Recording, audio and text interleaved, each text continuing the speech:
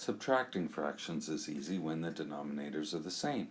So for example, if you have pizzas that are cut into 8 slices, and you start with 7, and then you take 2 away, or eat them,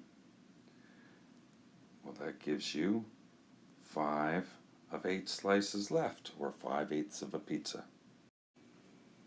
To subtract fractions when denominators are the same, we're going to subtract the numerators,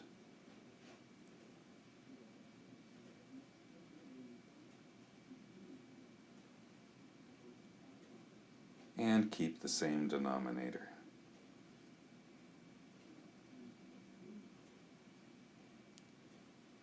So for example, if we have 9/7 minus 5/7, well, we know the answer is going to be sevenths because we're going to keep the denominator, so we subtract the numerators. 9 minus 5 is 4/7. To subtract mixed numbers when the denominators are the same, first you're going to subtract the fraction part, and then you're going to subtract the whole numbers. So for example, say we had 4 7/9 minus 2 5/9. Well, first of all, we're going to subtract the fractions part, so 7 take away 5 is 2/9. And then we'll subtract the whole numbers, so 4 take away 2 is 2. So the answer would be 2 2/9. When you're subtracting mixed numbers, obviously the number you start with has to be the biggest number. But the fraction you start with might not be the biggest fraction, and here's what I mean. Say we have 3 4/7 minus 1 5/7. Now step 1 in subtracting, as we know, is to subtract the fractions part.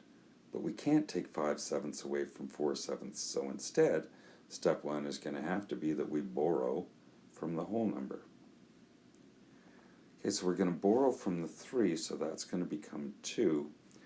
And something that you need to remember is that any number over itself is equal to 1.